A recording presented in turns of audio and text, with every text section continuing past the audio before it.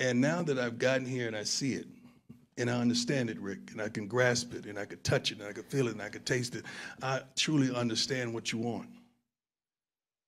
All you want is an opportunity to win, to compete, to dominate, to be amongst the elite, to be amongst the best.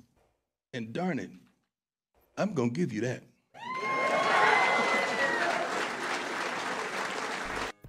The prime era has officially begun at Colorado, and Deion didn't just talk, he tweeted welcoming in future players, saying that he's seen players say that they are blessed to receive an offer, but he wants them to change it to I'm blessed to commit. Prime finishing off with get in now before it's too late. What a sell, and who better to talk to about a major shakeup in the Pac-12 than our West Coast guru, national recruiting analyst Brandon Huffman. Brandon, as of late, Colorado's not been seen as a major player in the recruiting world, and their 23 class currently ranked outside the top 40. But there has been a lot of buzz. Ultimately, though, how tough is it for Colorado to bring top talent to Boulder?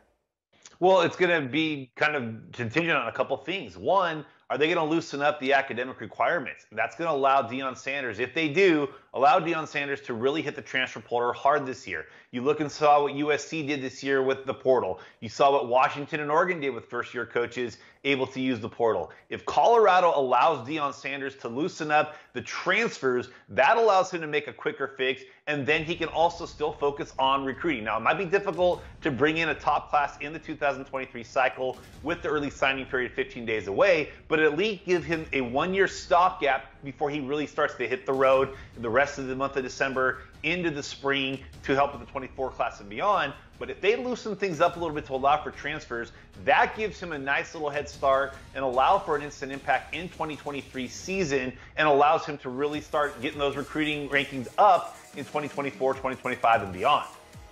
Huff, I think we know what Deion can do for Colorado, but what can Colorado do for Deion from a recruiting standpoint? What type of promises do you think were made in terms of NIL and in terms of being able to dive into the transfer portal, in terms of providing him with the resources he needs to be successful?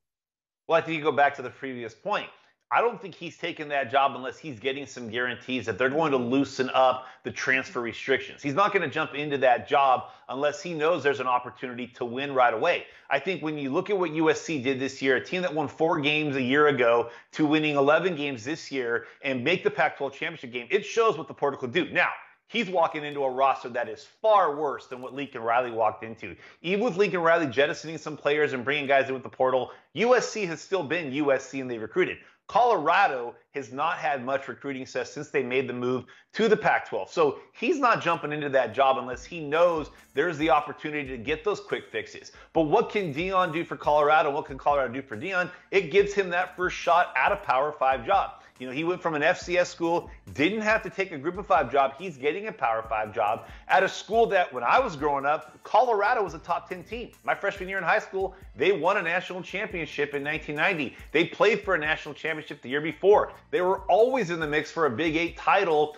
in the 90s, and then the Big 12, when it expanded to that, it wasn't but 20 plus years ago, 2001, they knocked Nebraska out of a undefeated season. They still went to the BCS, but Colorado was in the discussion to play in the national championship game. So we have a generation that's not used to seeing Colorado even be mediocre, but there's a generation out there that remember when Colorado was a national power, and Deion is now the next guy to try to return them to that dominance in the late 80s and the early 90s. And if he can do it there, then that makes him that much more attractive to every big job that opens up in the ensuing years. Whew, this is just the beginning. Love the little JFK references here. Ask not what Deion can do for Colorado. Meanwhile, we are 2 weeks from early signing day, and we are contractually obligated to remind you of that every 5 minutes on this show. And Sanders has already shown that he's not afraid to offer guys that already have commitments. Caden Proctor, an example we mentioned earlier. How high can this Colorado recruiting class climb? Well, it's going to be fascinating to watch how these next 2 weeks play out because a lot of these guys made their decisions back in the spring. Now, if they have a visit or two left, then maybe Boulder becomes a destination. That Denver airport, it might be in the middle of nowhere, but that might be a place that coaches from the University of Colorado are going to be waiting for these top recruits to come in and visit. Caleb Presley, he's the top 5, the #1 player in the Pacific Northwest. You know, he's a top 5 player at his position out west. He is committed to Oregon, but Colorado recruited him. Colorado was one of his first offers, and they picked it up since Deion. Now, if you're a corner and Deion wants to coach you, how would you not want to listen to one of the premier cornerbacks that ever played the game? Tayshaun Lyons, a guy a top 247 receiver who named his Final Four today, he said that, hey, Colorado, there might be room for them to get that last visit. He's got 3 official visits left. He's only got 2 weekends to take it, but maybe he takes an official visit to Colorado. Even though he had his Final Four, Colorado is now sitting there. So with a guy like a Caden Proctor, a Caleb Presley, even some of the other guys that are uncommitted, Colorado is very attractive now. The question is, can they make up enough ground in the next 15 days? I look back to a player that Blair and I are pretty familiar with, Josh Connerly. He was the #1 prospect out west in the 2022 cycle. He was going to name a top 5 on New Year's Day that didn't include the University of Oregon. But a new coach came in. The offensive line coach convinced him to make it a top 6. 3 months later, Oregon got his signature despite not even being in his top 5. So that's the effect that a new coach can have. But when that new coach is Deion Sanders, you can take that effect and multiply it by infinity. Prime has made a couple things clear, right? He says he's not hard to find. Nope. And he says he's bringing his own luggage, which is Louis, by the way.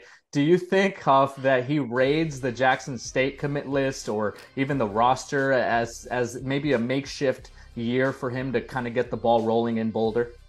Hey, first of all, Deion, thanks for commenting on the 24/7 Sports Instagram page and just letting everybody else know that you're a follower. Anybody else should go follow that. But yeah, I think you're going to see him hit that Jackson State recruiting list. I think you're going to see him hit a lot of schools' commitment list because he is Deion. We saw it last year when the biggest stunning announcement in the history of probably recruiting happened on the early signing period's first day when he flipped longtime commit to Florida State, Deion's alma mater, Travis Hunter, and got it to Jackson State. Then we saw at the All-American Bowl when Kevin Coleman announced for Jackson State. So now that he's at a Power 5 school, don't think for a second he's going to sit idly by. He says he's not hard to find, and he's going to make his presence known. He's already making his presence known. So I anticipate it's not just Jackson State that should be worried about their commits. It's every school in the country. If he's able to take a player from his alma mater and flip them to an FCS school like Jackson State, what's he going to be able to do at some of these other schools that maybe he doesn't have the cachet like he did at Florida State with a player that wasn't the #1 or #2 player in the country like Travis Hunter? All bets are off, and that's why these next 15 days, really the next 3 or 4 years, are going to be fascinating to watch. But I'm really excited to watch how these next 2 weeks play out. Yeah, there's a lot of excitement, a lot of energy, and I'm going to pour some cold water on it here. What about the guys currently in this Colorado recruiting class? We saw the tweet from Prime welcoming guys in, but we've also seen tweets like this, commits taking to social media to say the new staff will not honor their pledges. Brandon, fair or foul? The problem with that is, that's what a new coach gets to do. It's not uncommon to see a new coach come in, look at the recruiting list and say, hey, you know what, it's not going to work out here. But usually they get a little bit of time, and now these guys have 2 weeks to try to find another spot. A lot of these guys were early commits. A lot of these guys, the schools that their other offers were from, those schools are now filled up, and with the transfer portal opening yesterday, those schools are probably going to be hitting the portal before they go to the high school ranks. So a lot of these guys are in a bind, and it's the sad part, the business side of it, but Deion's not the first coach to do this. This isn't the first school that has had a new coach come in and those commits to the previous staff now finding that there's not going to be a spot. The problem that recruits now in 2022 and 2023 had to deal with is that there's the portal that schools that maybe were recruiting them before are probably going to hit. So now finding another spot is that much more difficult. A year ago, there was a kid who had been committed to a Pac-12 school for a year and a half. His dad played at that Pac-12 school. He thought he was going to stay in state and go there. They said we were going in a different direction. He ended up signing at a Big Sky school. So he went from playing in the Pac-12 like he had always dreamed of, playing at his dad's alma mater, to going to a Big Sky school. Sadly, that's how recruiting is nowadays. And that's why we say, a lot of times the kids and the recruits are the ones that get the negative feedback from the fan bases saying, oh, well, you're not committed, you decommitted. No, they were not given an option. They were basically told, go look for another spot. But hey, people want to keep bashing the kids. Fans, just remember that. A lot of times these are coaches making their own business decisions. And a lot of times the kids become the collateral damage. So maybe a little grace on social media to some of you people that are watching the show that are some of the monsters that tweet at these kids. Give these kids a little bit of wiggle room here, because a lot of times it's not their choice why they decommitted. I'm so glad you went there. I was going to go there too. Like, why don't we just all be kind to everyone? We don't know the backstory behind all of this, but certainly will be interesting to see it all playing out. Huff, thank you so much for all of that. Well, as we have established a million times, Colorado got a whole lot more interesting. So you're going to want to check out buffstampede.com for the latest on the Coach Prime era. There's a lot of excitement around this hire, but Blair, do you believe that Deion can get Colorado back to being that national power like they were back in the 80s and the 90s?